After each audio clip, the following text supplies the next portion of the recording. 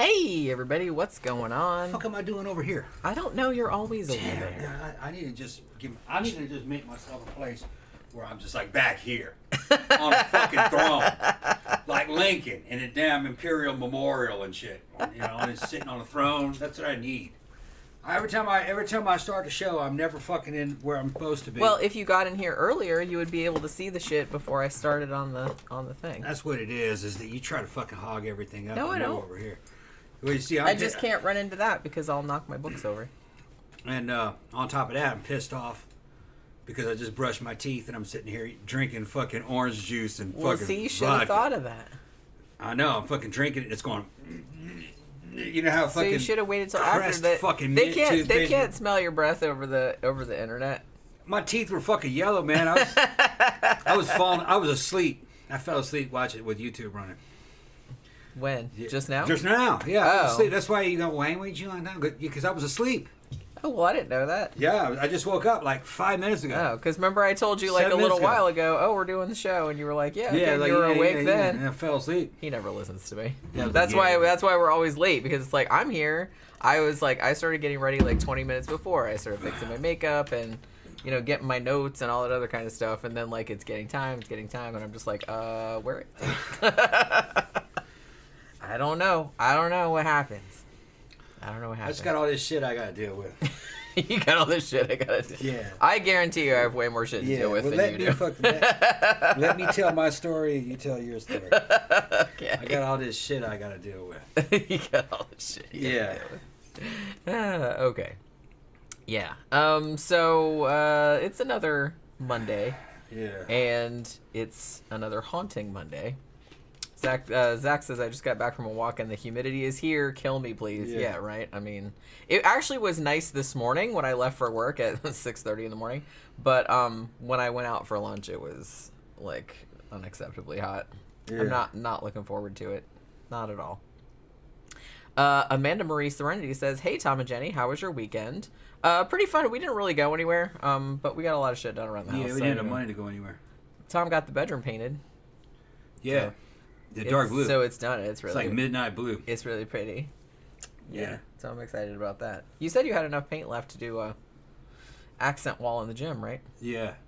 Yeah, that's a good idea. Yeah, I may do. That's a really nice color. Yeah. It's a really nice color. There may be enough to do all the walls. Really, I didn't think it would be enough because our room has like really high ceilings. So I thought it would be like. Because this room here. Yeah, this room is a small room and it doesn't have high ceilings. And I have more than a half a can of paint. Well, this room took like two cans, and I almost ran out. Yeah, it's a lot bigger than that other room that we're talking about. That's true. It's a lot bigger. That's true. But yeah. So this episode right here, we're slowly working our way through season 5, and we didn't do Dark Dreams because we did that one before. Like I don't remember why. Maybe somebody recommended that one, but this one. So this one's season 5, episode 6. And it's called Nightmare Upstairs. And when I was looking back through like all of our, you know, little haunting thumbnail things and everything like that, I was like, wow, they had a lot of episodes that had Nightmare in the title. Yeah. We just did one called Nightmare in Bridgeport, and then there was one called Nightmare in the Attic, which is a completely different story to this one. Yeah. Nightmare Upstairs, Nightmare Downstairs, Nightmare in the Front Yard, Nightmare in the Backyard. Nightmare in the Booty. That's the porn version. Yeah, starring Belladonna. She did do one called My Ass is Haunted. Yeah, yeah. I mean... It's the same as Nightmare in the Booty. No lie. Yeah, Nightmare in the Booty. That was the sequel. Yeah. Some people do have nightmares in their booties, I'm sure. Let's not get started on that. I mean, you know. You'll be fucking sidetracked. Well, yeah, that's okay. Yeah. I mean, this is not a huge. It's going to be Belladonna and Lexington Steel. Lexington Steel. Yeah, I'm fucking drunk. I'm not drunk. I'm just I was going to say, no, you're not. You just Lexington started. Steel. All anal experience. Nightmare in the Booty. All anal experience. Yeah, I saw that in a. Like a marquee, with flashing lights. Yeah. There is no vag penetration. Just anal. That's it. It's a nightmare. Zach said nightmare in the toilet is what I'm going to be dealing with later after my dinner tonight. Yeah. That's commonplace. That's commonplace. That's not That's not even paranormal. Did you eat at Taco Bell? It's just not even paranormal. It just happens. Yeah, that's a whole other episode. Mm-hmm. But yeah, so... And well, I'm thinking, too, there was an episode called Nightmare in the Attic, and then there was one that was just called The Attic. Yeah. Man, they need somebody else to think of the titles. I'll think of some titles. Come on. They just make them up on the spot, probably. Yeah. We've said that one already, because there's so many seasons. Echoes from the Grave, Echoes from the Past, Right, Echoes from the Ground, Echoes from the fucking... I don't know.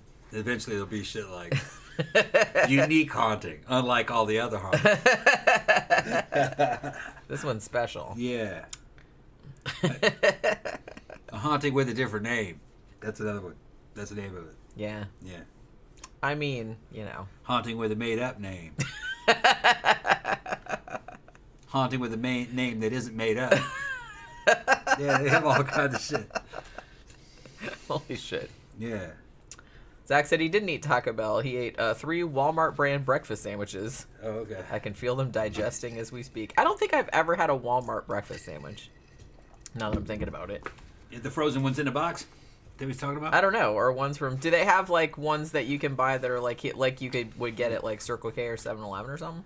I'll tear Walmart up. I've had breakfast sandwiches from 7-Eleven, and those are actually pretty good. I will tear Walmart up. I'll eat anything out of Walmart. As long as it's food. I was gonna say. As long as it's food. Don't, you might not want to say that because it's like, here's a mop, chow down. I said, yeah, it comes in a box. The ones in a box. Walmart's good and cheap. Got that multi-meal cereal in a bag. The fucking fake Captain Crunch. Those are pretty good, actually. actually. Oh, yeah. Hell yeah. I mean, they're pretty... Bag the size of a damn pillow. They're pretty similar to, like, the name brands, and they're much cheaper. Just got to go down way to the bottom and then get those. But, yeah, I don't buy a lot of cereal. Oh, Peanut Butter Captain. Peanut Butter Captain. Yeah, Peanut Butter Captain. Admiral Crunch. Yeah, Admiral Crunch. Exactly. Admiral Peanut Butter. Fruit circles. Right. Fruit rings. I think they are actually called fruit rings. Yeah, probably fruit rings. I think that's what they're called. Yeah. I'm trying to remember, like, all the generic names they have for them. Be like fucking Honey Nest. Ew. Honey Nest cereal. Honey Nest. Yeah. That sounds kind of gross. Thank you, Murder Hornet. Give us $2 for Zach's toilet. I don't know how giving us $2 is going to help Zach's toilet any. Let's talk about this haunting case. Fucking around too much. Aw. This is a good one though. This was actually a good episode. It's a good episode. I don't know if I believe a word of it, but it's a good episode. Making some fucking hellacious claims. Yeah. This was pretty scary shit went down. Yeah, some of it sounds like kind of like poltergeist phenomenon. Some of it sounds like haunting, which is a mixture of like ghost stuff, apparitions, and things moving, according to Steve Mera. And pretty badass apparition. They had it was an investigator that was there, right? She felt something get in bed next to her, and she turned around and looked and saw a damn human form. It was just with nothing but just a black face with a big swirling cloud in it. Which, that's a wild. That would be pretty fucking freaky if you saw that in real life. That'd be a wild. She said she could just feel the evil pulling you in on it. That'd be a wild fucking experience. And the girl got attacked by the eyeballs flying around her, which that happened to me in a bad house. I was like, yeah, that's kind of like what happened to me in the bad house. I was in a house that was bad. It was like I was in 2 houses that were bad, but the one I called a bad house felt like I got attacked by something, couldn't see it, just like something looking at me, eyes, invisible eyes, all over. Yeah, it was weird. Pretty creepy. Like it was bearing down on me. Yeah. Yeah, same thing happened to my buddy Eric. He still want to talk about it. But yeah, so this story right here took place in Arkansas, and it began in the summer of 2001. Now, as they started doing in season 5, they did a little flash forward. So they had like one of the characters being like, "Oh shit!" like with like a black shadowy doohickey guy like attacking her or whatever. And then the narrator, Anthony Call, saying, this family discovers why this house is so cheap. You know what I mean? Yeah. It's that kind of thing. Yeah. I loved that. I thought that was really funny. So I even wrote it down. They got the ghost discount. Yeah.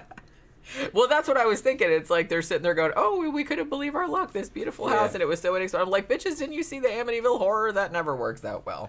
Also, there was some doppelganger events.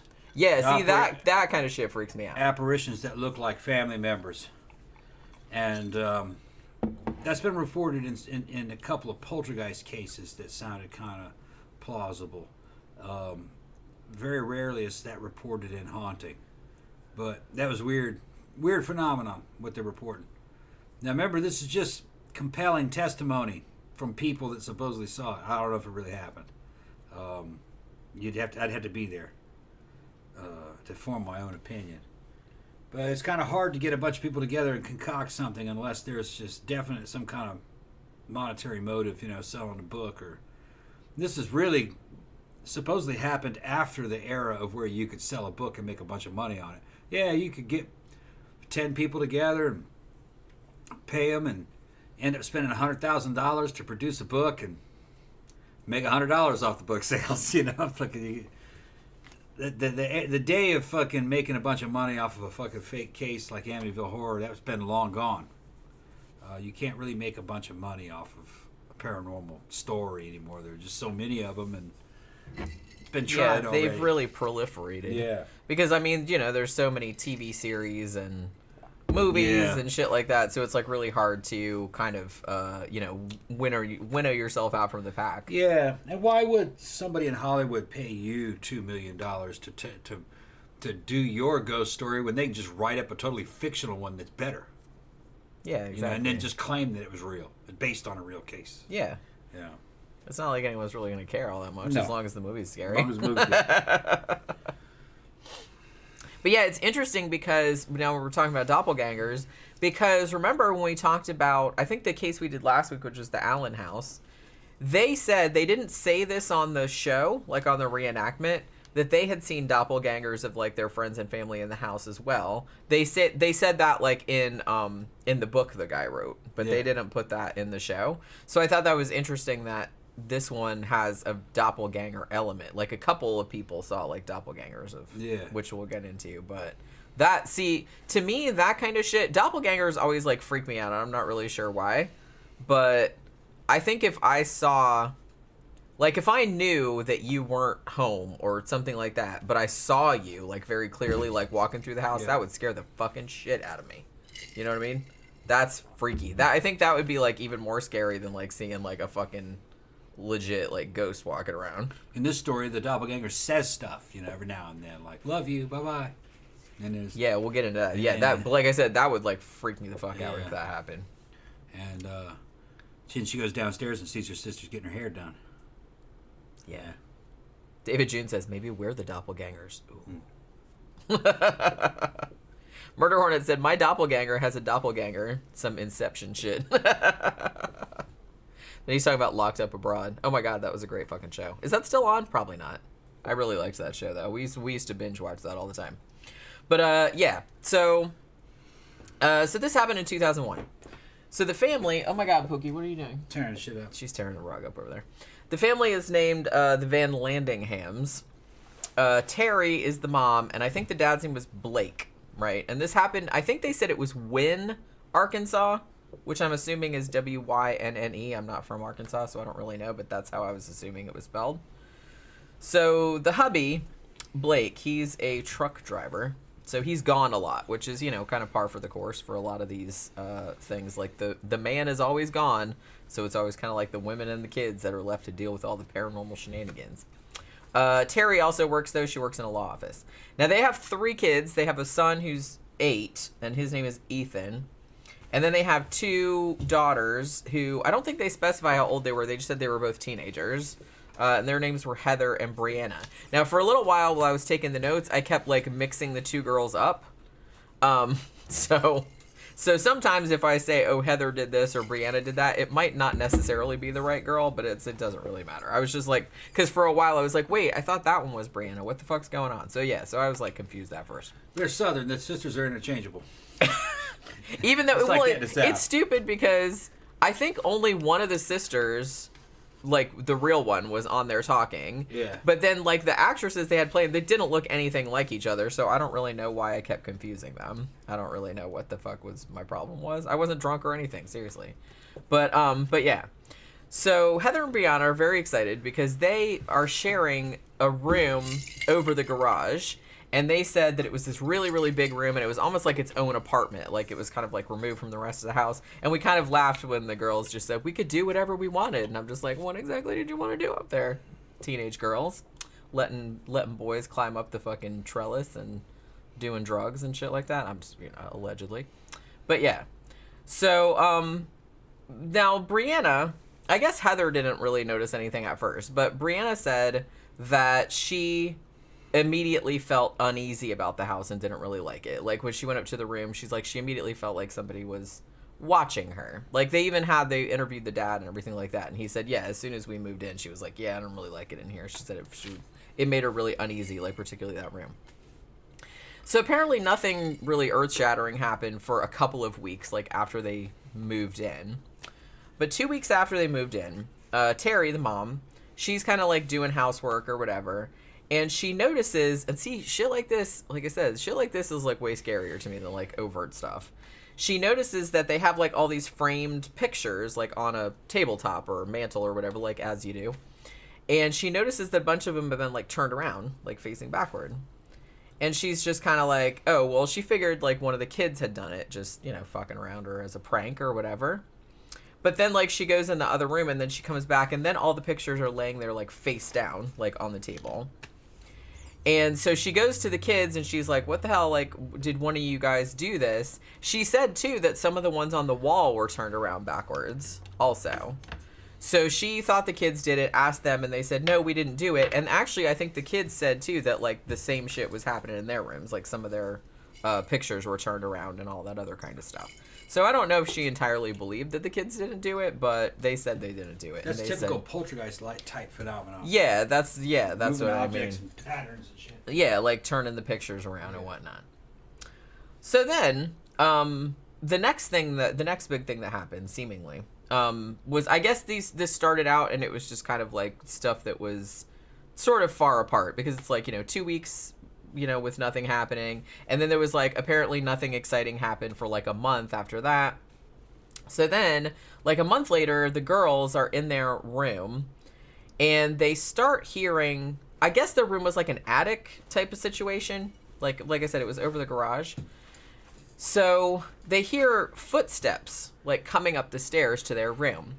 Now, at first they didn't panic because they thought it was their little brother Ethan, and it said sometimes when he was scared at night or something like that, like he would come up there like to hang out with them. So they thought it was him.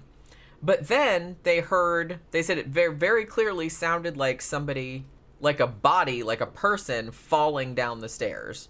So, of course, they thought it was their little brother, like he had tripped and fallen. So they, like, rushed out there to see, it was like, oh my God, the kid's, broken his neck or whatever. But they go out there and there's nobody out there. Also, they showed, I don't know if they saw this or not, but they showed, like, the lights kind of flashing, like, all paranormally or whatever. So then they run downstairs and they tell Mom and Dad.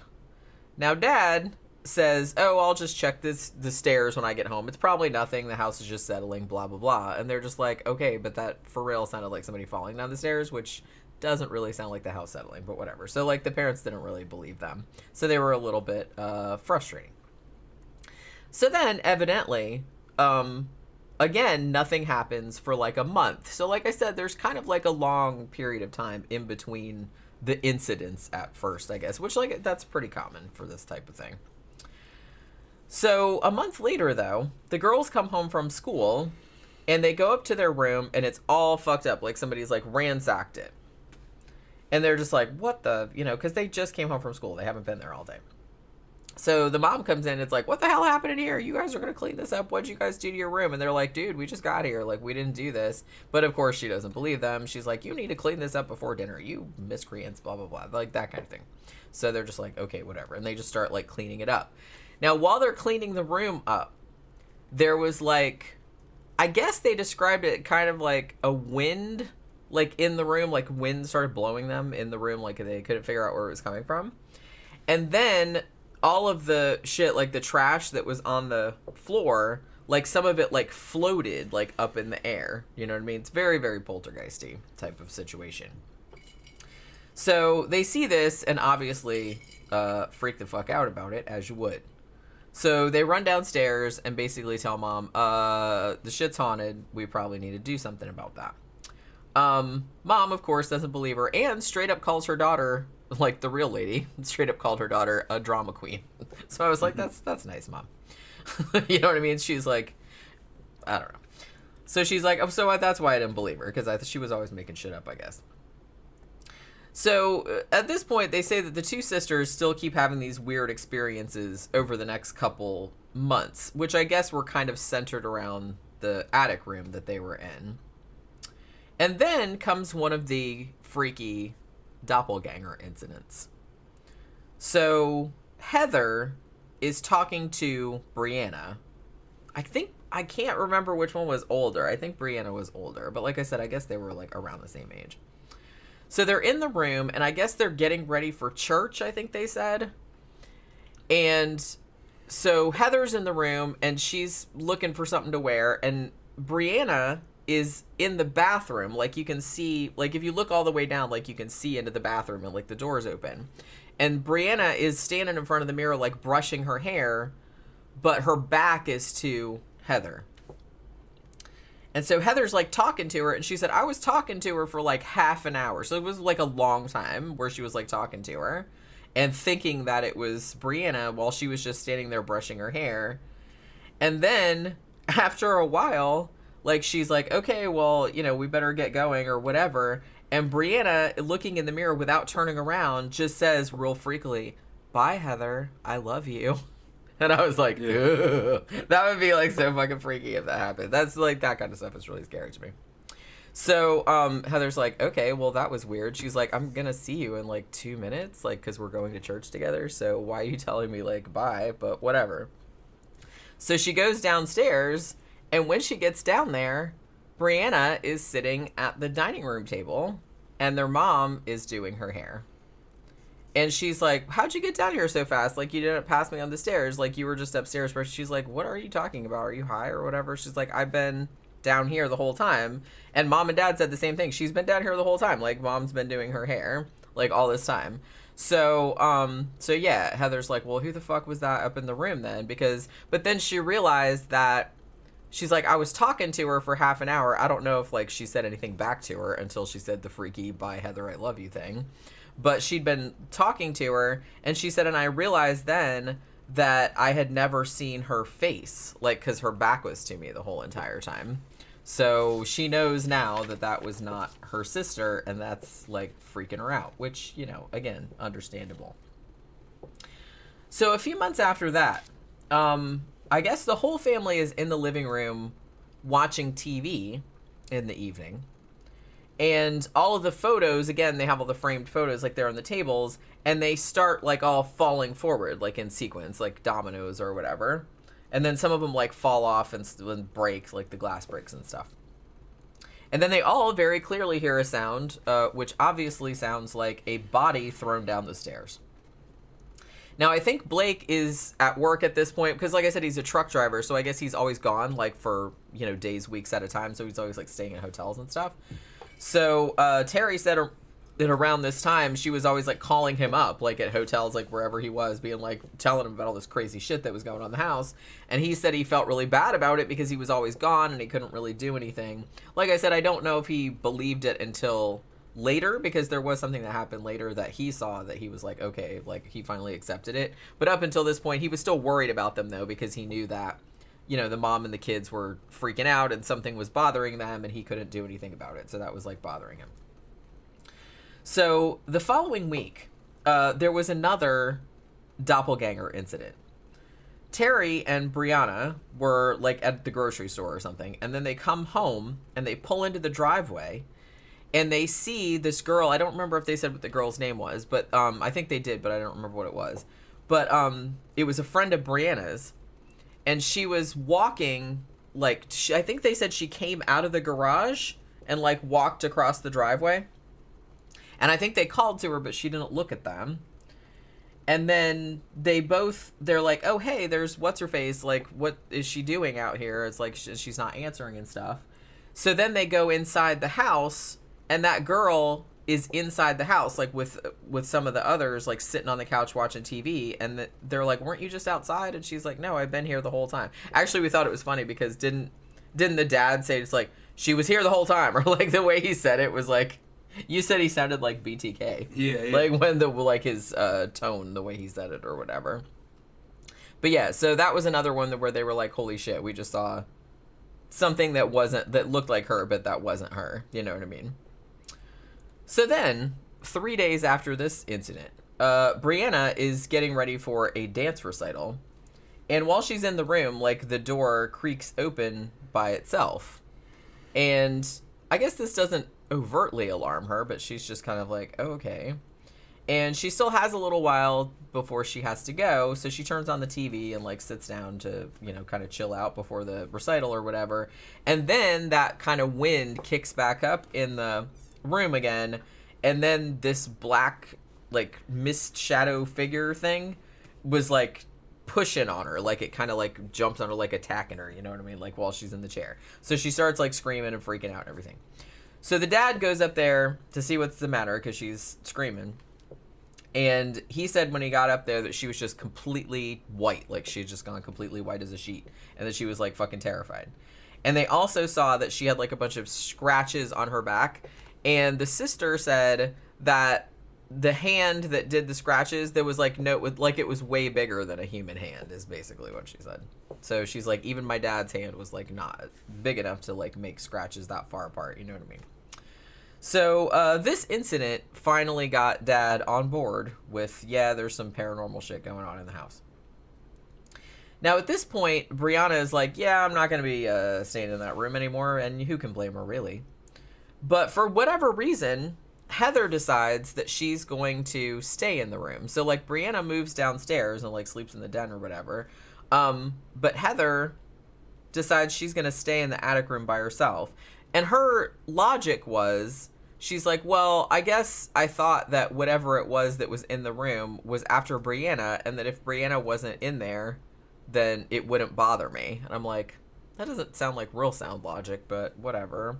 I mean, I don't know if I'd be wanting to stay in that room with all that kind of shit going on, but okay. But she was just kind of like, oh, well, it was after my sister, fuck her. You know what I mean? It's like, I don't know. It just seemed like a really weird thing to say. So yeah. Maybe she just wanted the room to herself. Maybe that's what it was. So a couple days after that, Heather is in her room that she now has all to herself, and she's kind of blasting music in there. And then her mom comes up and is like, Jesus Christ, turn the music down. Are you trying to, like, you know, make everybody deaf or whatever? So she turns the music down. And then after Mom leaves, she turns around and she sees a little ghost girl, essentially, like, standing there at the door. Now, this is not explained. This is not added to, but I do appreciate that they didn't really try to, like, add this into any kind of narrative. You know what I mean? Because she just sees this little girl. And she said that she didn't feel threatened by it. Like, she said it wasn't real scary or anything. I mean, it's scary, obviously, because it's like a ghost, but she said she didn't feel threatened by it. So she sees it, and then she heard that very distinct sound, like a body falling down the stairs again. And she said that she assumed that maybe this little girl had once lived in the house and had, like, fallen down the stairs or been pushed down the stairs or something like that. And she was, like, trying to convey that. But like I said, they never really do go any further into that. I don't think anybody else saw the little girl again after that. But Heather did say that she saw her in the room. So when Heather tells her mom about this, Terry, the mom, she calls her sister because her sister has lived in this town for like a really, really long time and maybe would have heard something about anything unusual like happening in this particular house. So she asked about the house, and all the sister can come up with, she's like, well, the house used to be, like, they used to rent it out, like, as a boarding house, like, back in the 1950s. But she's like, as far as I know, like, nobody died in there, or there was, like, no tragedies or murders or anything like that. Like, there was nothing unusual about it. So that was kind of, like, the end of that investigation. They didn't really bring it up again. But come on, put some more ice in it. So then, it goes quiet again for about a week. Other than I thought this was kind of funny. I guess it just goes to show, like, once you get used to, like, a baseline of paranormal activity, it's just kind of like, well, it went quiet for a week. I mean, you know, like, pictures were still falling over and, like, you know, and we were still hearing footsteps and stuff like that. But other than that, like, not, you know what I mean? There wasn't, like, anything, like, really big deal. But there was, like, some, like, a low-level activity, I guess. So, but a few days after that, Ethan, the 8-year-old, he's going upstairs to the room, like, looking for Heather. And when he goes into the room, I guess she's not in there, but, like, a baseball bat, like, picked itself up off the floor or the bed or wherever it was and, like, essentially, like, came winging at him. You know what I mean? He didn't get hurt or anything like that. But, yeah, so he goes up to the room and, like, the fucking goes through a baseball bat at him. So that wasn't nice at all. So after this, Mom says to Heather, you are not staying in that room anymore either, because obviously there's some, like, fucked up shit going on in there. And at this point, too, they start talking, well, maybe we should move, but obviously, like a lot of families in this situation, they're like, we really couldn't afford it. We didn't have any money, and all the house money was tied up in the house, you know what I mean? So they're just like, well, we're just going to have to pray, which, you know, spoiler alert, that really didn't do jack. So, several weeks later, shit starts getting real. Brianna goes up to the room to get something. And she's like, they show like the shadow figure dude, like kind of swishing by behind her. And then it attacks her again, like essentially like kind of jumps on her. And then it locks her in the room. Pretty much basically what happened. Like, so she starts screaming and freaking out. And like the mom is wigging out, and she goes up there and tries to get the door open, and she can't get the door open. She's like, it just felt like I just could not get that door open for anything.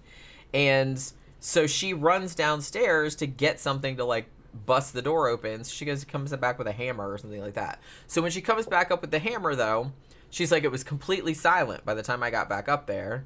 And then the door just kind of creaked open by itself, and she was like freaking out because she didn't know what was gonna be behind the door, like when it opened. So she goes in there, and Brianna is just like laying on the floor crying. She said that it was like a black shadow figure, and it was as tall as the ceiling. That's what she said, and that it smothered her, like it was just on her and like smothering her. It didn't have a face either, did it? Yeah, I think that was later that she said that. So at this point, Brianna, either at the behest of her parents or for her own, from her own suggestion, she actually goes and kind of lives with family members nearby. Like, she still comes to the house, like, to hang out with her family and stuff, but she doesn't spend the night there anymore. She sleeps at their family member's house because she's, like, not having it anymore. So, at this point, they start to think they'll bring in a paranormal research group. So they call this one that's called, the acronym is CASPER, which I thought was so funny that I forgot to write down what the acronym stood for. Oh, you know, that's gonna be it was stupid. it was Center for Arkansas Paranormal something. Yeah. At some paranormal something research, I guess. But yeah, it was Casper was the thing. And Ridiculous. I was like, oh, that's kind of cute though. Yeah. Tom just took the word. Tom does not think it's cute. No, they took that word. They took the name Casper and then just tried to get something to fit in there. Amanda asked, Tom and Jenny, have you ever watched Celebrity Ghost Stories? I've seen a couple episodes of it, yeah. Didn't we see one that was, what's her face? Fairuza Balk was in it, did she? Yeah, that was one. Because I would only watch ones that were celebrities I give a shit about. Yeah. But, yeah, I think we saw one with her. Didn't we see one with Rose McGowan? Or am I completely tripping? I don't know. Don't remember that. Yeah. I don't remember what it was. Probably tripping. What it was. Probably. Because I don't remember that one. Maybe it was somebody else, and I'm not sure I'd give much credibility to Rose McGowan anyway in terms of fucking ghosts. Well, you know. Just, she'd have motive to make a ghost story up. I don't know. Maybe it's me being cynical. Yeah, probably. So yeah. She calls Casper. She did tell fucking Eric Weinstein to shut the fuck up, though, didn't she? She did, yeah. I mean, you gotta give her props for that, right? Oh, what's his name? Fucking, went after him too, which I kind of got some respect for him. With Angelina Jolie's Brad Pitt, evidently Brad Pitt fucking jumped at him, fucking swinging at her, said, "Stay away from her," that type of shit. Yeah. Yeah. I didn't hear about that. Yeah. Well, he didn't say that. Other people said that happened to him. Yeah. That Brad Pitt fucking basically fucking ran up on him and says, "You stay away from her." Good for him. Yeah. Stood up for him. Yeah. Danny Rolling said, I saw the one with Furio from The Sopranos spilling his guts about his ghost encounter. Yeah, I mean, I'm sure it's probably not on anymore, but I would watch it if it was like a celebrity I liked that I thought wasn't bullshitting. And Beverly D'Angelo did one too. Oh, okay. I'll have to kind of watch that one. Man, I haven't seen her since the fucking National Lampoon's Vacation movies. I'm sure I don't even know who that is. She was in the National Lampoon's Vacation I movies. don't think I The moms. Oh, yeah. Yeah. Like her, the blonde. Yeah. Haven't seen her in forever. Yeah. I mean, I'm sure she's been in other stuff because, like I said, that's the thing. Like, a lot of actors are still around. It's just I don't see enough stuff to know that they're still around. You know what I mean? Because there's so much content out there. So it's like they could very well be still working, and I wouldn't know anything about it. But so they call up Casper, not the friendly ghost, but the group. So the lady that runs Casper is named Karen Schillings, I think her name was. So she brings the team out to the house like a week later. And of course they have the psychic, because of course they do. Now they said when they first came in, they had a compass, and in the front room, like the compass like kept spinning around all crazy. So at this point they're like, oh shit, man, your house is, guess what? A portal to another dimension. Yeah, the portal angle. I hate when that happens. Portal stories. Yeah. I've seen paranormal shit, people. All right. Jenny's witnessed it too. Same part of the same event from Mammoth Mountain. I don't know if I buy into the portal thing. I mean, anything may be possible. But I don't know, man. Fucking, I tend to think that if there's one anomaly, it's some kind of a ghost. It's just one of them. If it seems to be many of them, there's still just one of them. It's one of them impersonating other things. Kind of like you have a dream, and in your dream there's a lot of different characters in your dream. It's still just you dreaming. It's like that, you know. Maybe some kind of paranormal entity is slightly in a way dreaming, and it's one thing 1 second, and then it says it thinks it's something else another one. It's just I don't think it's very coherent, you know. Poltergeist wasn't totally coherent. It was just weird. It's not like you're dealing with a coherent individual person. More like a force. More like a living dream, or an invisible dream that's moving things. It's weird. Yeah, that's a good way of putting it. Yeah. Danny Rolling said an Origins show about how ghost hunting or investigating even came about would be pretty cool. That actually would be quite interesting. I'm going to write that down, actually. Probably goes back to the Roman era. Well, I'd be curious to know, like, what the origins... Because I don't actually know. I mean, I know a lot about, the, like, spiritualism and seances and all that kind of stuff, but, like, from the Victorian era, but I don't really know much about ghost hunting history so much. So that actually might be a good... I'll have to put that in the poll for next week and see what comes up for that. But yeah, that's actually a really good idea. So yeah. So they got a portal. I think so you got a portal. I think that didn't they say something about maybe this house is like a quote unquote natural portal? Like a electromagnetic field. Well, what's the other thing? Like a deliberate portal? Like like a wizard made one or some shit? Or a psychic has opened up a damn portal between two dimensions. Oopsie. Yeah. Yeah. Like on purpose, calling some demons like to do all your shit. All these spiritual beings come through it. I've had out of body experiences, near death experience, fucking spontaneous out of body experience. 2 different occasions. So I know the world that they're talking about is. It's not a world where all the ghosts are packed in together in one spot and they're coming through a portal. Like in an elevator. Yeah, no. It's a portal's open, thank God. The vast empty space of mostly just empty space and time, and it doesn't flow normally, and you can appear anywhere you want to, in any time you want to, just by thinking about it. It's like going to another damn chat room or going into another video in fucking YouTube. It's like that. Yeah, like when Tom goes over Yeah, there yeah, and goes there, into the yeah, next yeah. into the video Like next that. door. Yeah. So, if you were to open a portal into the astral plane, there wouldn't be anything there. It would just be... You'd have a sensation, though, because it happened to me that one time, in the barracks, I fucking exteriorized and was looking down on myself from above, and had a roommate in there. He saw it happen. Fucking, there was a burst of fucking psychokinetic energy happened. It was shaking the microwave, shaking the refrigerator, and making the microwave on top of it kind of snap and pop. But you're not under any kind of impression that you're not under the impression that there are any like spirits right near you or anything. And I saw him moving underneath me, just a black cloud, and he was kind of an amorphous shape. But all the room, it was just different colors. It's kind of like rubbing your eyes. You see those weird colors. There's three-dimensional versions of that. It's hard to stay still. If you look at something, you go over there. If you think of something, you go over there. And in the end, I just thought about my body, and boom, I was back in it. So,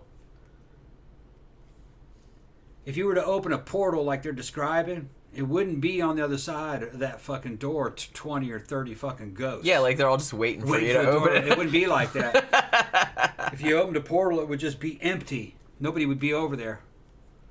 They're all waiting there like it's Yeah. fucking Black Friday and they're waiting for Walmart to open. Wouldn't be like that. So that's why I don't really buy into the portal thing. I think that is the case of people imposing the situation that people are used to here onto a dimension that may or may not exist that we obviously don't understand. Yeah. You know what I mean? It exists. I've been there. Or at least part of me has been there. And we come from there. And I was aware of certain things happening at a distance. Like a big ball of singing lights and just singing lights. And that was what you would call... The person would say, well, it's heaven. But I knew that if you went into that, you'd never come back out. You'd be recycled. Your spiritual essence would just become one with this huge sea of fucking soul material. It's what the Greeks called the pleroma. The place where all fucking souls come from, and place where the gods come from, and the angels come from there, and and it's outside of space and time, and that's there.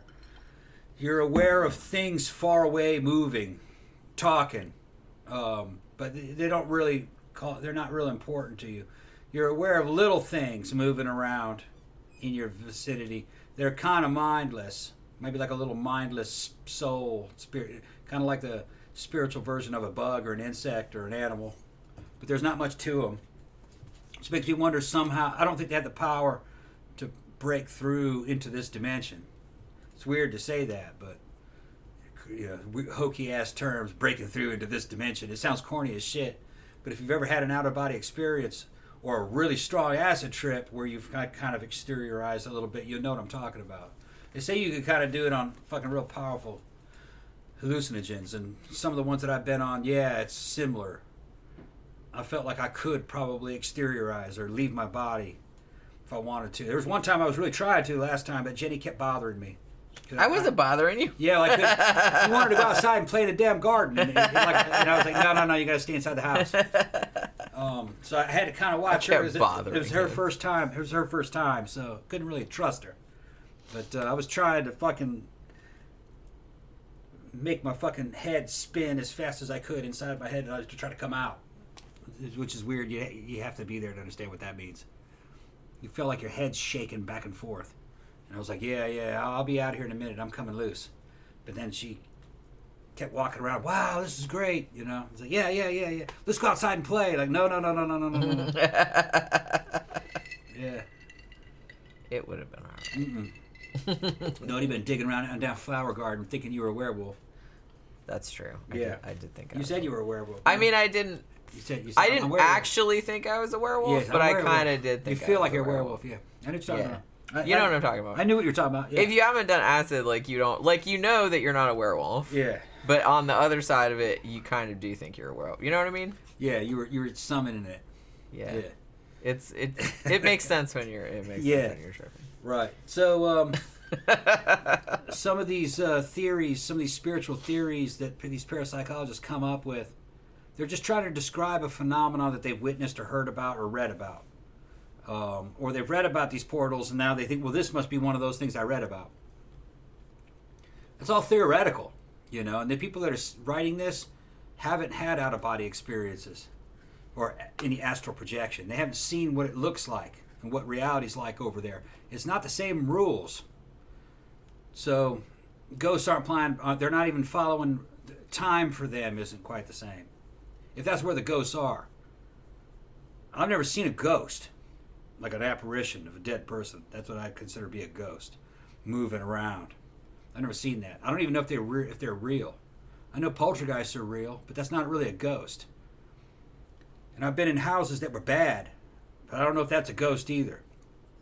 It might be what ancient people and Buddhists and stuff, and it's kind of passed down, and Taoist priests kind of called evil places, and then we get it through Star Wars mythology, which is based on all that kind of shit, is a place that's strong with the dark side. And it might just be that. It's a place that's very strong with the dark side. That place might have a personality of its own in a certain sense. Like inanimate objects may have kind of like a soul or something like a soul. Which means that there's some bad places in the fucking planet. Death camps, ex-death camps and shit. There's a soldier I listened to named Terrence Pops, and he was a SF guy, an infantry guy, and when he was in Iraq, he was put in charge of Abu Ghraib prison, and he said that it was haunted as fuck.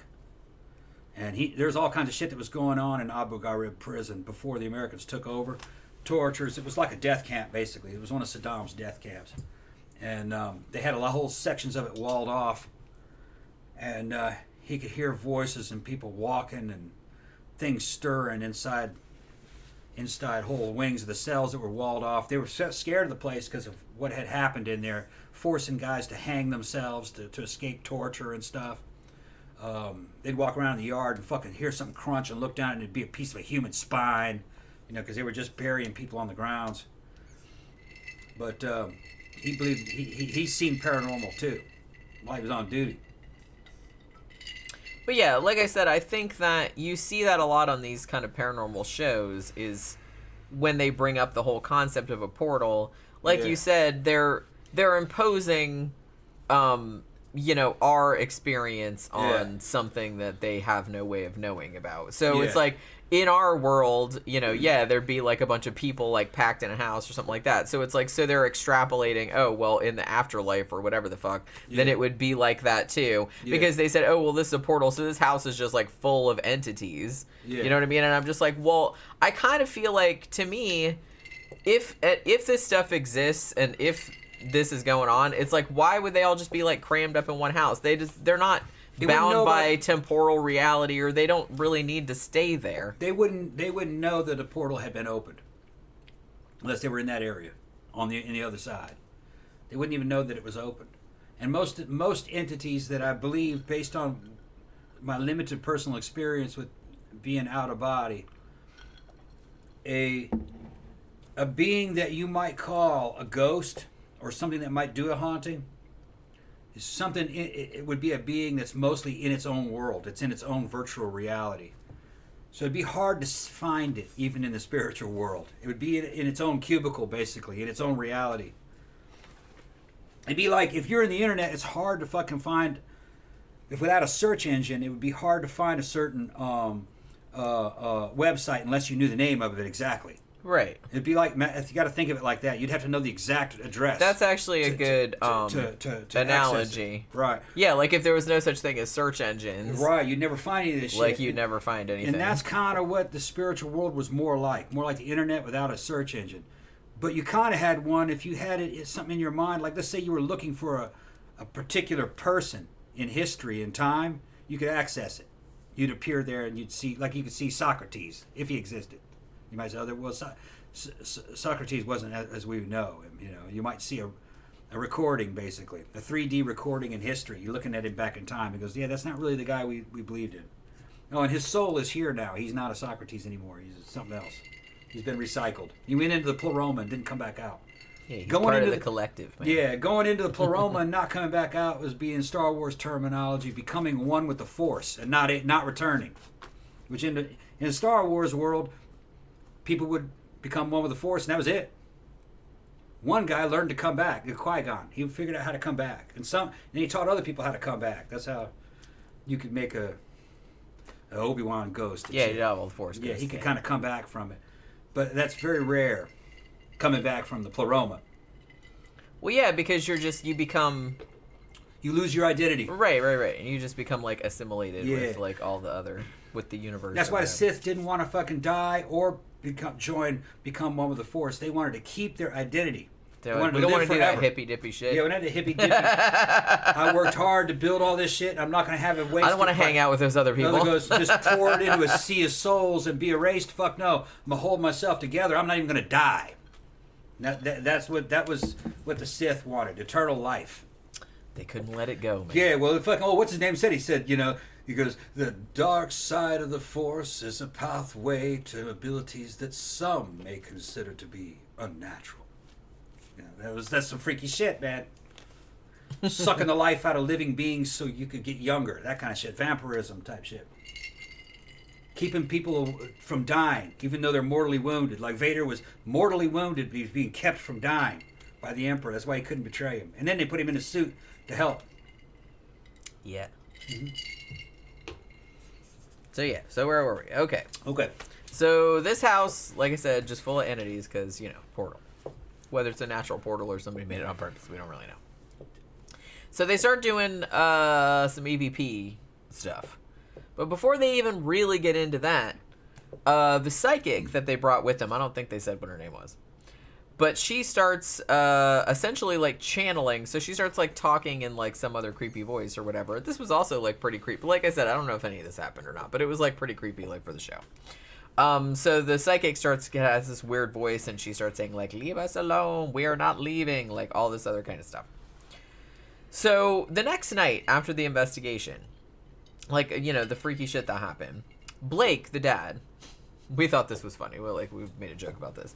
He decides he's going to do his own thing. He's going to do a man's investigation. Yeah. I guess he just didn't have no patience with all these psychics and stuff. He was very silly. I ain't got no patience for this. I'm a man. It's Arkansas. I got to have answers. That's what he said. I got to have answers.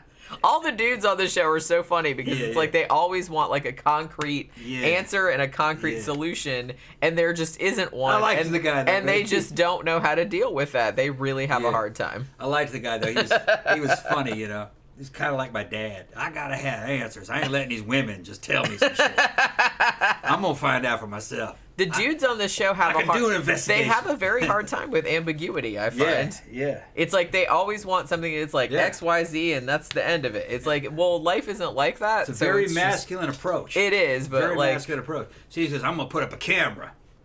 I'm gonna do my own investigation. A man's investigation. That's what we said before. I said, he's doing a man's investigation. Not only is it a man's camera, and that's a man's kind of woman. It's a man's analysis of the footage itself. I'm gonna tell you what it is. And we were kind of making jokes too because this takes place in Arkansas, and I said, did they ever consider that this might be the Boggy Creek creature? Yeah. So that brings it right back to Boggy Creek too, and the legend continues. And their accents are very strong. They're very different than like a Mississippi Southern accent. I can see how outsiders can get them confused, but I'm like, man, no, it's very different. Man, their shit is fucking strong. And it's still noticeably a Southern accent, but it's very, very different. And the women sound real whiny, real whiny. Yeah, stretched out words. And you know what they say? What do they say? I have never been to Arkansas, but yeah. So these people, they have very, very thick accents, very, very thick accents. So Blake's gonna do his own man's investigation. So he sets up a camera, which basically entails I'm gonna set up a camera to film myself sleeping in case some scary shit happens. That seemed like the extent of it. So he sets it up on top. Did he set it up on an upturned laundry basket? It looked like. Yeah. And I was like, okay, that's real high tech or whatever. So he puts the camera on there to film himself while he's sleeping. Now apparently, his dresser drawer opened by itself and then slammed closed. And it slamming closed, like, it woke him up. So then, when he looks at he checks the camera and everything's okay. And he's like, okay, whatever, I'm going back to sleep. But then, like, the next morning, they watch the footage. Well, I guess he watched it first, and then he goes out to the family. He's like, you guys got to see this shit, right? So he shows it to them. And apparently they all watch the tape, and he's, like, sleeping, and they see him getting up, like, with the door, like, the drawer opening and closing and all that. And then he gets back in bed. And then there's, like, a face. They didn't show the real thing, obviously. But the reenactment they showed, it looked like this kind of face coming up, like, from on the end of the bed or something like that. Like it came out underneath the bed. Yeah. And he said that it looked like a face with a cat eye. And he said it looked demonic. Once again, they did not show the original footage. They never do. So it must not have been that impressive. Yeah. It was open to interpretation. Murder Hornet says manstigation. It's a manstigation. It's a manstigation. Fucking right. Fucking right. It makes a world of difference, man. It makes a world of difference. It would have been funnier if there was, like, beer and maybe, like, some bottle rockets involved. They should have got those dudes from fucking Killing Bigfoot. That'd have been, like, a real good... We gonna have a manstigation here. Up in here. Up in here. We gonna have a manstigation up in here. I'm gonna sit over here with the shotgun. You gonna sit over there with the camera. You gonna sit over there with the light. When this shows up, I want you to shoot him. You know, you want to get this shit all on film. Well, they need somebody to watch the cooler. Then we'll tell you what it is after it's dead. Yeah. They need somebody to watch the cooler and make sure that Sasquatch doesn't steal their beer. Yeah. Just saying. Just a trailer for Killing Bigfoot. I just was like, man, I just was busted up. I was like, I ain't watching that. Rednecks jumping out of the ground with fucking shotguns and fucking flashlights with a shotgun. It's fucking ridiculous. Well, yeah, but that's the reason they make they're in the shit. South. That's the reason they make the shit. Because they know people are going to be like, that can't be a real show. They're going to sit out there all night in the watch fucking ground. Sit in a hole in the ground with a board over their fucking head.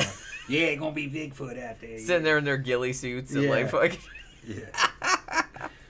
You know they're never going to see... Like I said, every single show... It's going to be worse than the ghost hunting shows. Yeah. I mean, and I always make fun of the ghost hunting shows. It's like them walking around like with that fucking night vision camera in a warehouse or something being like, did you hear that? Like, it's that for like 45 minutes. Yeah. But it's like the Killing Bigfoot one is just going to be like rednecks. Sitting around. Drinking beer, sitting around in a trench. Making noise, flashing flashlights. And every now and then like a deer walks by and they all wet their pants. Yeah. So, you know.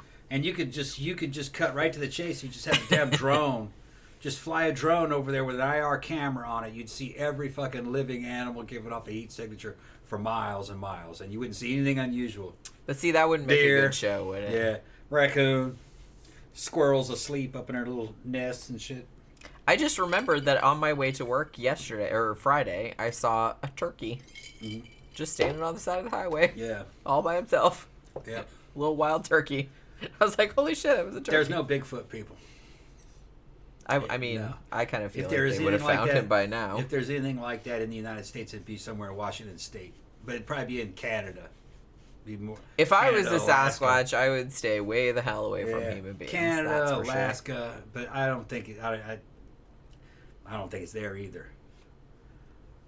It would have to be something in a warmer climate, and the habitat's gone. Amanda said turkeys in Florida. Yeah, we got turkeys. Yeah, we got wild turkeys down here. Yeah. You don't see them a lot, but I do see them every now and then. They're all over the South. Yeah. It wasn't fat. It wasn't like one that you get from a turkey, like a farm, like for Thanksgiving. He was like a skinny wild turkey. Like a long, like the size of the. He was just hanging out on the side of the highway. highway. It's only a little bit bigger than a duck. Yeah. It's only a little bit bigger than a duck. Tammy said Bigfoot is an alien. Yeah. I love that. I love that how when they couldn't come up with, you know, any evidence that Bigfoot existed like as an animal, because that seemed a sort of reasonable proposition. They started saying, well, maybe he's an interdimensional being, and that's why we can't. Yeah. I was just I was like, come on. He's an Indian spirit. Yeah.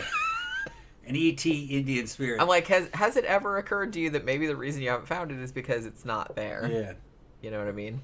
That's the new thing, is to say that it's interdimensional. Yeah, that happened like a few years ago. That started to. That's how they're starting to integrate like all the paranormal things. Yeah. They want it to be like all part of one thing. Well, they have to explain why they don't find any footprints. Exactly, that's what I'm saying. Because everybody just kept saying, "Well, why haven't you found anything? Why haven't you found any bodies? Where are the footprints? Well, yeah, where are the footprints? Where's anything?" Well, and it's a ghost. And like I said, now that we have like satellite and everything like that, it's like you'd think we would have found it by now. Well, it can go into other dimensions. That's why. Yeah. Yeah. Okay. It's an Indian spirit. Skook 'em. Yeah. I mean, just stop.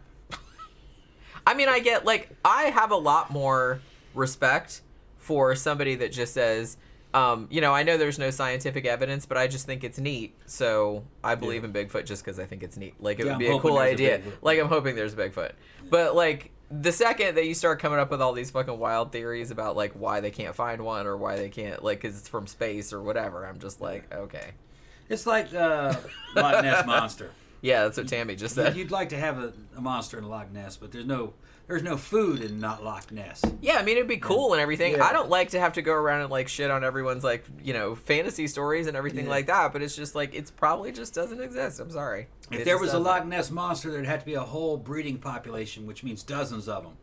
And they wouldn't be fucking hiding. They'd be laying up on the bank, fucking taking sun, and go, look at these fucking boats, It'd be like a herd of animals. Like I said, it wouldn't occur to them to, like, hide. Yeah, it didn't occur to them to hide. It'd be like elephants. Elephants don't hide. Yeah, why would they? Walk around in. They don't have any concept of like, nope. Oh, I'm not supposed to exist. You're right. Yeah. I better get out of here. They'll get out in the street and challenge a car.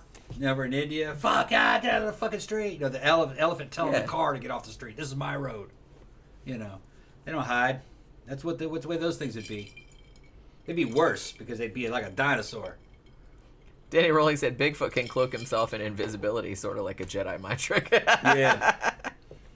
Murder Hornet said, I hate ghost hunting shows where someone says, something just grabbed me. Yeah, they do that a lot, too. Yeah. I'm like, how are the audience supposed to know you're not lying? That's no evidence. Yeah, exactly. They're just doing that just to make the show exciting, because otherwise it would just be like a bunch of chodes sitting around in a fucking dark warehouse and absolutely nothing happening. You know what I mean? That's what's really happening. Because that's what's really happening. Yeah. If you were really there, it would just be really, really boring. Yeah. So they always just have to say, just like, did you hear that? Oh my God, something touched me. Something breathed on me. You know what I mean? I'm like, no, it didn't. Knock it off. So yeah. So the man's investigation. So yeah, so he sees a face. He said it looked like a face with a cat eye, and he said it looked demonic, of course. Now, there was also a voice on the thing. And, of course, it just kept saying, evil, evil, evil, like, over and over and over. I was like, that's creative. I think it would be creepier if it had said something else. Maybe that's all they could think of for it to say. Just say evil, evil, evil over and over again. I don't know. So a few days after that, Karen, the lady from Casper, she comes back, and she's like, oh, I got all those EVPs. Like, I listened to all the EVPs we recorded in here, and there's, like, some pretty freaky shit on here. So the EVPs they recorded, like there was a whole bunch of them, like a whole bunch of different voices. Some of them had said, leave this house. Some of them said, we hate you. I'm like, rude, okay. And then there was one where I guess one of them asked, like, tell us who you are. And he said, the devil. And I was just like, again, creative. What the fuck? Even the ghosts are edgelords. What the fuck? So yeah. Karen basically says, I thought this was funny too. So Karen is like, look, I'm just a lowly paranormal investigator. This is like some shit. This is way beyond my pay grade. I don't really know what to do. I don't know what to tell you. So she's like, I'm just kind of washing my hands of the whole situation. So at this point, they call a pastor to come and, and bless the shit as you would. Now, while the pastor is there, they said there was like a rush of cold wind, during the blessing. And a feeling of evil, Yeah, I've had that feeling. Also, they had, like, some paper or something, like, blue in the pastor's face. I don't know if that really happened or not. But maybe they just thought it'd be funny to do that to the actor. So Terry said that while they were doing it, like, while the pastor was there, like, she knew that the prayer wasn't working. That it wasn't going to do shit. So, you know what I mean? So that didn't really amount to anything. So later on that night, Heather is sleeping in a room, like she's kind of like half asleep or whatever, and she hears somebody coming into the room. Now she thinks it's her brother Ethan, because again, like, he's 8, so he like gets scared sometimes, and he's like, comes up and gets in bed with his sister because he's freaking out, it's like having a nightmare or whatever. So she thinks it's him.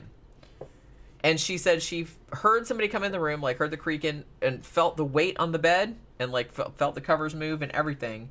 And then she turns over, though, and she said she saw very clearly that there was an indentation on the bed and like the covers raised like someone was laying there, but nobody was there. So like it was like an invisible person like laying in the bed, which I'm not sure if that would be scarier or if it'd be scarier like that there was like a monster there. I'm not really sure. Invisible would be pretty scary, I gotta admit. But yeah, so she said there's nothing there. So she starts praying to Jesus. I'm like, and Jesus is like, I'm sorry, I can't help you. You know what I mean? And Heather, at this point, you know, she was the one that wanted to stay in this room after Brianna, like, left a long time ago.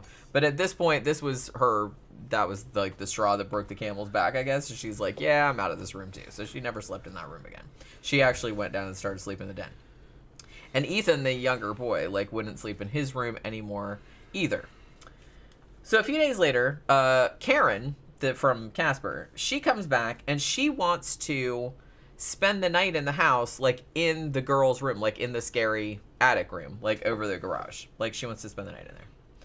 Now, so she's sleeping in the bed and she has the same experience that Heather had in the sense that, you know, something comes in, she feels a weight, like something is getting in bed with her. And at first it's like invisible, but then she turns around to look at it and it was a figure. Like she said it was a black shadowy man looking figure with no face, and she said that it was like a black hole like with swirling mist in it. That's how she described it, right? Because the actual lady was like on the show.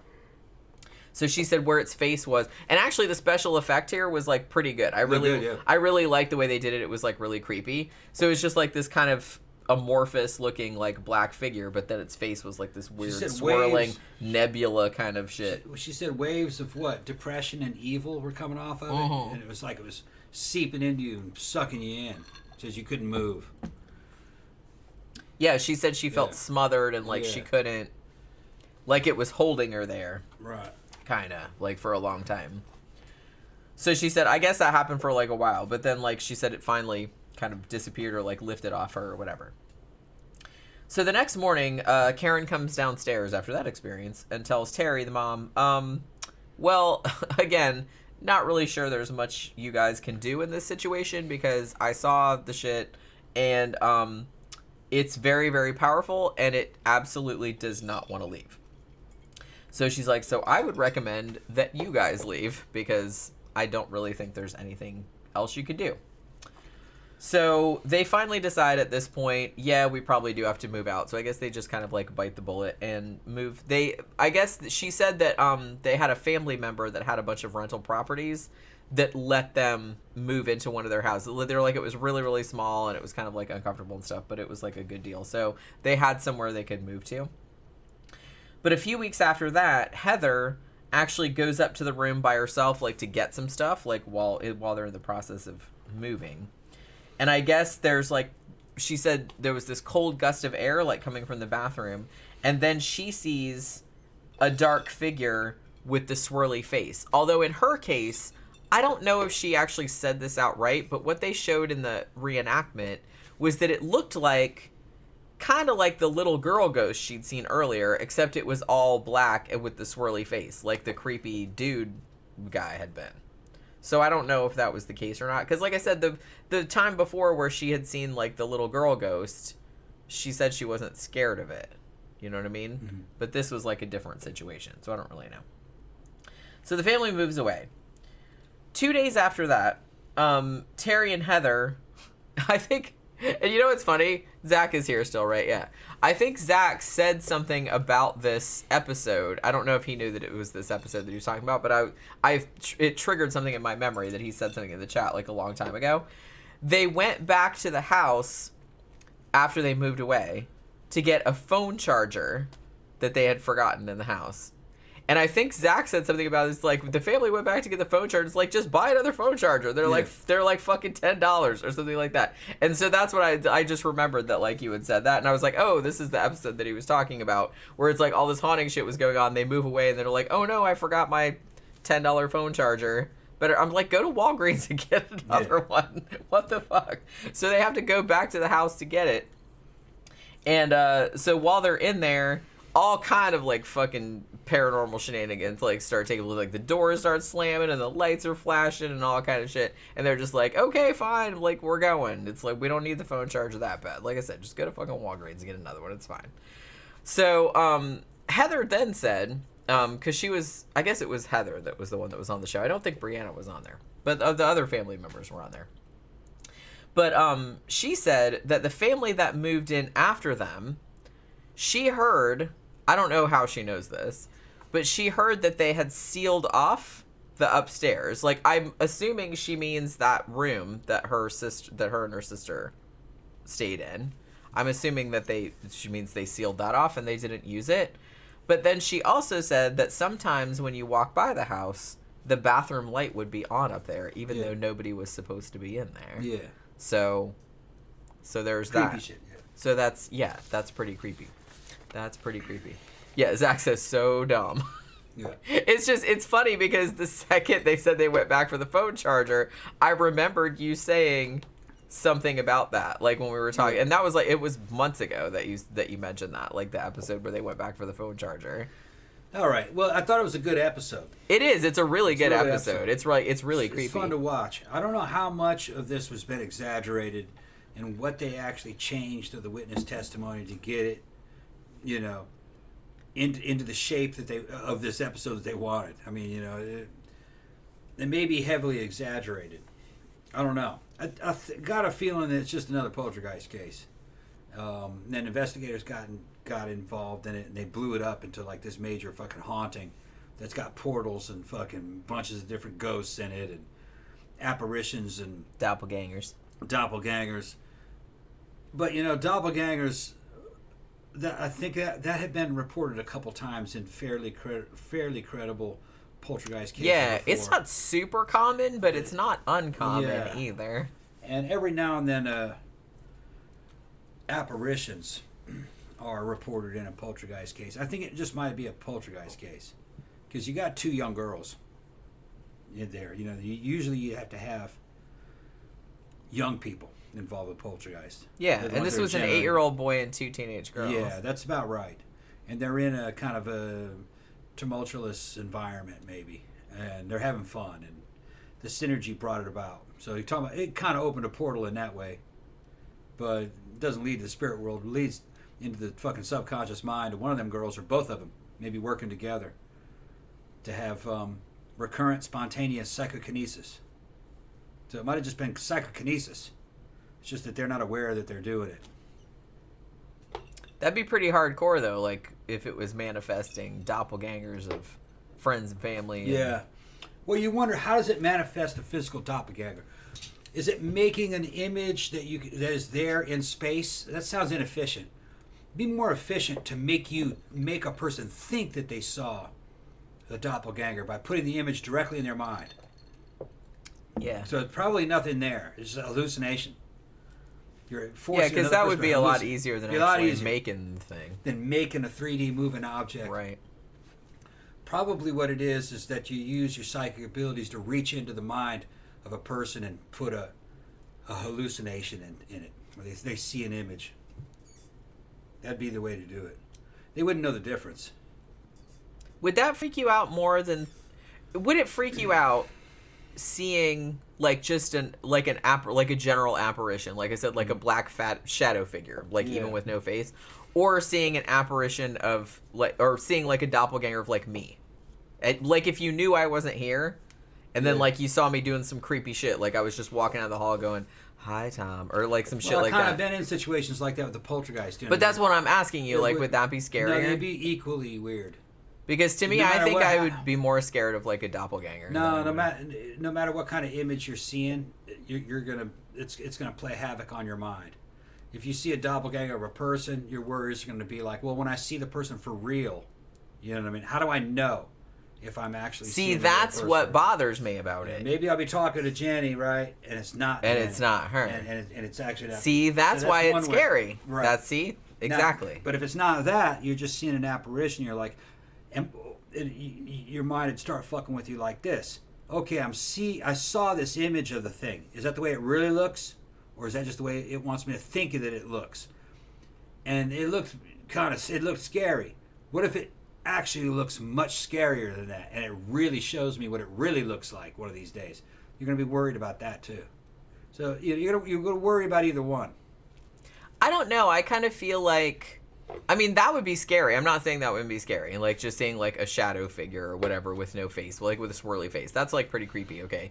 But what you said about then, like, thenceforward, you seeing a doppelganger of somebody that you know that lives with you and stuff like that, and then you never being able to, like, trust if that's the real one or not, like, to me, that's, like, way scarier. Yeah, it's not scary, though, because, you know, you're not ugly and frightening looking, you know? But it could show you an not image. Most of the time, right? Anyway. It could show you the image of a damn rotten corpse. You know what I mean? It's That's like true. Real disgusting. You know, at inopportune times. You know, or it shows you an image of a fucking horrible demon. So it's a lot worse, if you ask me. At least if it's showing you a doppelganger or people you know, it kind of at least looks pleasant. Yeah, I it's guess familiar. You know, that's what I mean? one way of putting it. But it would play on your mind. You know yeah, I think the fact that it's subverting something that because that also suggests an intelligence, which is frightening, because it knows to subvert something that you know and love into something sinister. So to me, that whole implication is much scarier to me. Yeah. Because it's very easy to make something scary, like just generically scary. You know, I'll just make an apparition of something that looks like a killer clown or like a fucking vampire or whatever it is. You know what I mean? Yeah. Like, or a rotting corpse, like you said. But the insidiousness of making something that looks and sounds like your loved one, to me, like, suggests a much greater evil. Yeah, I guess. So to me, that's scary. During Mammoth Mountain, I was afraid it was going to show me like a rotting corpse of what it looked like, because my generic idea of the way a ghost looked was like something out of a damn horror book. It's like, you know, a skeleton in a robe, basically, you know, with holding a lantern with chains. You know what I mean? That was kind of, you know, right. So I thought it, you know, that it might take on a shape that would be, you know, horrifying. See, but I kind of feel like, and maybe that's just because, one, I'm older, and two, I'm like, you know, I've watched a lot of horror movies. I always feel like, and I always say this when we talk about a haunting, it's like whenever they show like the real over-the-top apparitions, it's like, ooh, it looks like a rotting corpse. I kind of feel like even if I saw that, I'd be like, bro, tone it down some. Yeah. I think it's much scarier when it's, like I said, more restrained. Yeah, Doppelganger shit is scarier. I know. Yeah, when you're 13, a kid. When you're 13, right. That doesn't scare you. What scares you is a fucking skeleton or a rotting body, or, you know, that's going to scare you. I'd be like, you're trying too hard.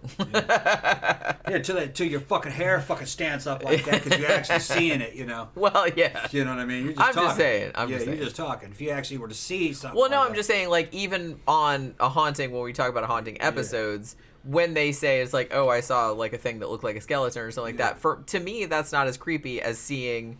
I mean, the shit in this episode where she saw her sister and, like, talked to her for a long time, and then she's like, I love you, like, and it wasn't her. Like, to me, that's, like, way creepier. That's way creepier than seeing something that just looks like a skeleton or something. Well, what I thought was creepier was from the Snedeker case, the way, in one of the pilot episodes, the dude with the fucking beard. Remember?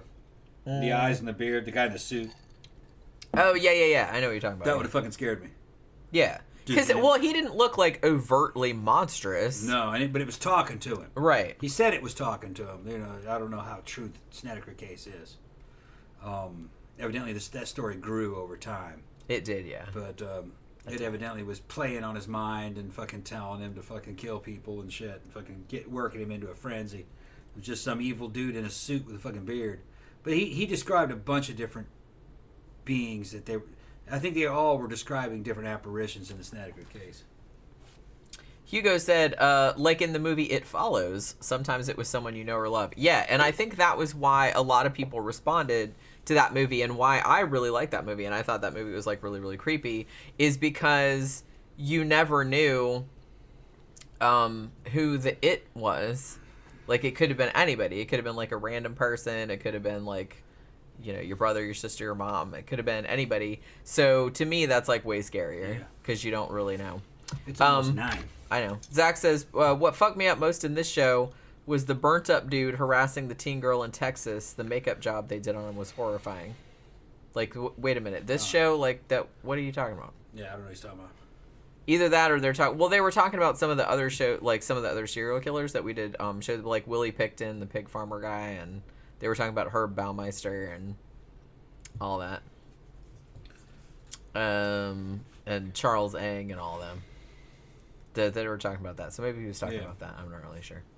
But yeah. Oh shit, it is almost 9 o'clock. Okay, so we probably should wrap it up because I'm gonna have to get ready for bed soon because gotta get up early and all. Oh, holy shit! All the tablets fall to the floor. Yeah. Poltergeist did that. But yeah, so hopefully you guys enjoyed this discussion about Nightmare Upstairs. So we'll be back again on Wednesday night. The topic that won in the poll, overwhelmingly, was, guess what? Good old Jared Fogle, the Subway spokesman, gone wrong.